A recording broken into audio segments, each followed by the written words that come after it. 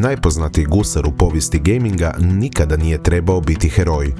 Iza maske šarmantnog odmetnika krije se profil kliničkog psihopata i kradljivca identiteta čiji su zločini pažljivo zataškani. Ubisoft nam je prodao fantaziju, ali arhivski kod i povijesni spisi otkrivaju mračnu istinu o čovjeku koji je spalio Karibe zbog svoje iluzije. Ovo nije priča o slobodi, ovo je anatomija destrukcije. Edward Kenway ne ulazi u bratstvo kroz dugogodišnju obuku ili ideološko uvjerenje. On fizički krade odjeću, oružje i identitet mrtvog čovjeka, Duncana Valpolia. U startu, apsolutni temelj njegovog postojanja unutar narativa je teška prevara. Igrači su ovo često doživljavali kao komičan ili čak oportunistički početak avanture, no stvarni psihološki profil ukazuje na duboku, opasnu patologiju. Kenway bez oklijevanja preuzima tuđi život i infiltrira se među templare, isključivo kako bi manipulirao objema stranama za osobni financijski profit. On nije plemeniti odmetnik, on je klinički parazit cijelog sustava. Zataškana istina leži u mehanici same igre i povijesnim bazama podataka unutar Animusa.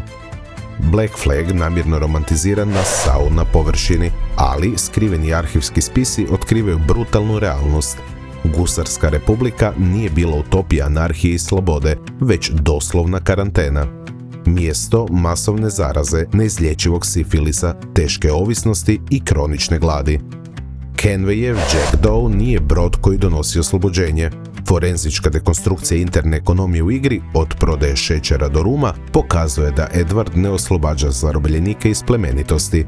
On ih asimilira u svoju ratnu mašineriju kao potrošnu robu. On stvara privatni, visoko profitabilni kult ličnosti. Pravi horor Black Flaga leži u samom motivu. Svi njegovi kolosalni zločini, stotine potopljenih brodova, tisuće mrtvih mornara i uništene ekonomije opravdani su pred igračem jednom jedinom laži.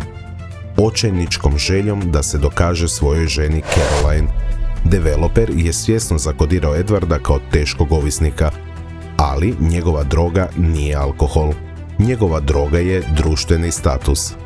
Njegovi potezi na mapi nisu taktički, oni su strogo kompulzivni. Svaki put kad opljačkate španjolsku Galiju i gledate kako zlato raste, vi zapravo ne skupljate resurse za opstanak. Vi doslovno hranite kliničku obsesiju čovjeka koji očajnički bježi od osjećaja potpune inferiornosti, ali i siromaštva. Edward masakrira Karibe ne zbog slobode, već zbog svog vlastitog ega. Zaboravite na trenutak klasičnu borbu dobra i zla. Kenwayev profil je mračna forenzička studija ljudske autodestrukcije. U psihologiji ovo se naziva nihilistička deluzija. Edward cijeli svoj život, svaki potez mačem, gradi na fiks ideji da će gomilanje materijalnog bogatstva magično popuniti njegov emotivni ponor, ali igra nam implicitno pokazuje da taj ponor nema dna. Kroz cijelu kampanju, napredni Animus ne čita samo sirova genetska sjećanja, već aktivno filtrira tešku psihološku traumu subjekta. Obratite pozornost na mehaniku. Svaki desynchronization ekran nije generička greška u simulaciji. To je točan trenutak kad Kenwayev fizički puca pod teretom na kupljenje krivnje. Promotrite pažljivo skrivene animacije u kasnim stadijima igre, kada ostane sam. Njegovi pokreti postaju teži, siroviji i agresivniji. Početni entuzijazam nestaje. Njegova obsesija bogatstvom nepovratno se pretvara u hladno ludilo. On bespomoćno gleda kako apsolutno svaki čovjek kojeg je ikada poštovao, Thatch, Horingold, Mary Read, umiru tragičnom smrću. Direktno ili indirektno zbog ideala koje on sam eksploatirao. Njegova najveća kazna zapravo nije smrt na moru u plamenu bitke. Prava povijesna brutalnost leži u zataškanoj činjenici da je nakon svih prolivenih oceana krvi na Karibima završio u kišnom Londonu. Asimiliran je i progutan u onaj isti strogi aristokratski sustav protiv kojeg se cijeli život borio. Ubijen je u vlastitoj kući, s leđa, kao običan, bespomoćan čovjek, a ne kao legenda. Njegov cijeli identitet strašnog gusara izbrisan je u jednoj sekundi. To je ultimativna, morbidna ironija developera.